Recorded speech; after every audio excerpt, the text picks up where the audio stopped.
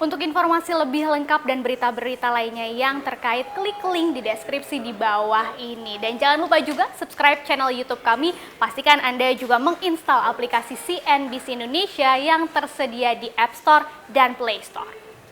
China dikenal sebagai negara yang berambisi untuk memperbesar kekuasaannya di dunia dengan berbagai cara, termasuk melalui kecanggihan teknologinya. Pasti ya, kita pasti sudah mengenal teknologi China seperti apa dalam kehidupan sehari-hari. Bahkan ketika dunia masih berjuang nih melawan pandemi saat ini, di tahun ini, China justru sudah meraih berbagai rekor dalam pengembangan teknologinya. Dan China mampu membuktikan bahwa teknologi ini bisa melakukan banyak hal yang terlihat mustahil dilakukan.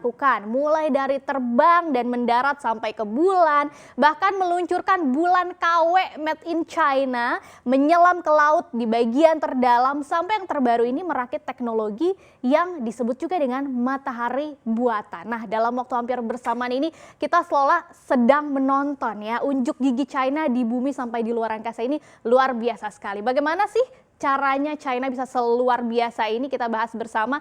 Jadi pada tanggal 4 Desember 2020 kemarin, China telah mengumumkan bahwa sudah berhasil menyalakan yang disebut dengan reaktor fusi nuklir dan bernama HL2M Tokamak ini untuk yang pertama kalinya. Nah, reaktor ini adalah perangkat penelitian fusi nuklir yang terbesar dan tercanggih di China dan bertempat di barat daya Provinsi Sichuan dan selesai dibuat pada akhir tahun lalu, tapi baru bisa dinyalakan 4 Desember kemarin nih. Jadi cara kerja reaktor itu seperti apa sih? Reaktor fusi nuklir ini mirip seperti cara kerja matahari dan bintang ya. Bahkan reaktor ini tadi sering disebut dengan matahari buatan. Kenapa?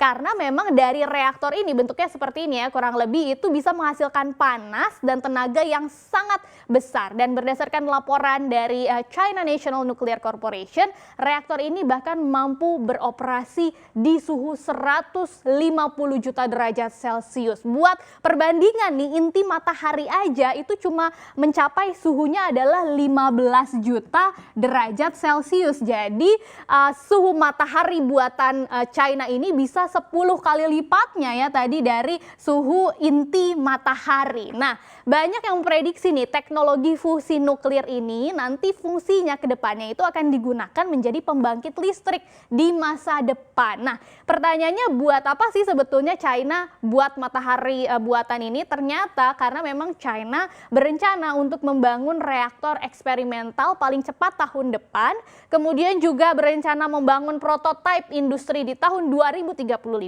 yang nanti akan mulai digunakan juga secara komersial dan dalam skala besar tahun 2050. Intinya reaktor ini akan digunakan untuk memenuhi kebutuhan energi di China yang sekarang memang semakin besar pastinya karena negaranya sudah sangat besar, supaya ujung-ujungnya ekonomi China nih ke depannya bisa terus berkembang lagi secara berkelanjutan. Jadi visioner banget ya China ini. Nah, kenapa sih harus teknologi fusi nuklir? Kenapa nggak yang lainnya? Karena kalau dibandingkan dengan teknologi yang lain, fusi nuklir ini katanya tidak menghasilkan limbah radiasi yang tinggi sehingga mengurangi juga resiko-resiko kecelakaan. Nah, kemudian ilmuwan China juga berencana menggunakan reaktor ini untuk bisa bekerja sama dengan para ilmuwan lain yang mengerjakan reaktor eksperimental termonuklir secara internasional yang merupakan ini sebuah proyek penelitian fusi nuklir terbesar di dunia ya dan berbasis di Prancis dan diharapkan nanti bisa selesai di tahun 2025.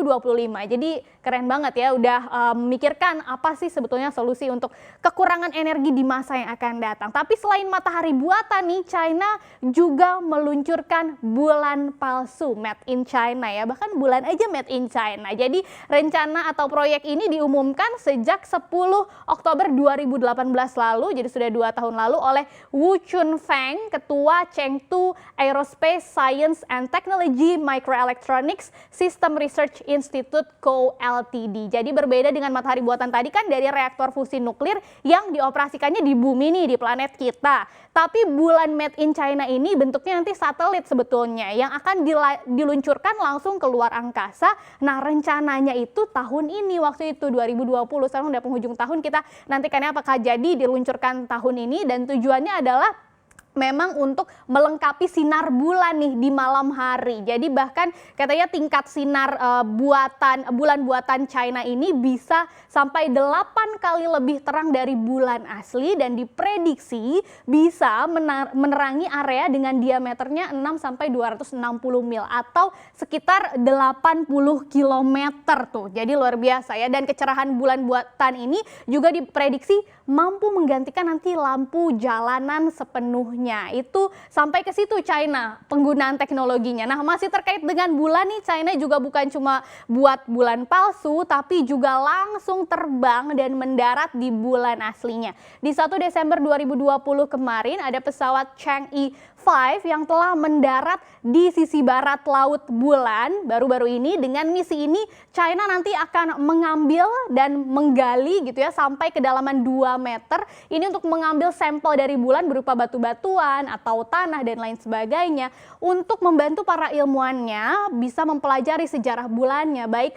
asal-usulnya seperti apa, kemudian formasi tanahnya seperti apa, sampai aktivitas vulkaniknya.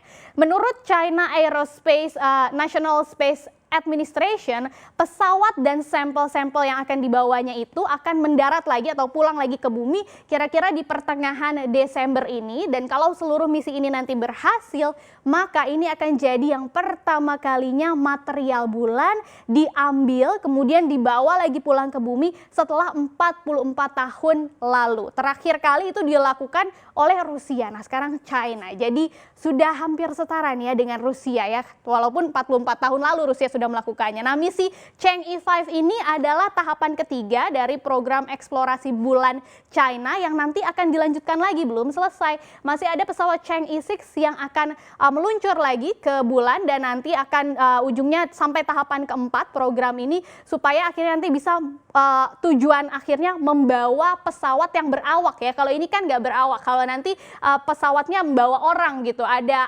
awak krunya. Nah, bukan hanya di luar angkasa saja, ada juga yang di bumi. Di 10 November 2020 kemarin, bulan lalu, kapal selam berawak China itu namanya Fengdouxi ini juga sudah berhasil menyelam bahkan menjajaki salah satu tempat terdalam di planet bumi. Ini katanya kedalamannya bisa sampai menembus ke dasar laut di sedalam 35.791 kaki atau ini setara dengan 10.900 meter ya. Jadi yang paling dalam di bumi ini adalah Palung Mariana. Nah, dalam ekspedisinya ini sekitar sebulan dilakukannya, sudah berhasil menyelesaikan 13 penyelaman. Untuk apa? Untuk mengambil sampel lagi, sama seperti tadi ke bulan, kali ini mengambil sampel batuan dan yang lain-lainnya dari dasar palung untuk bisa dianalisis lagi nanti seperti apa cara mengatasi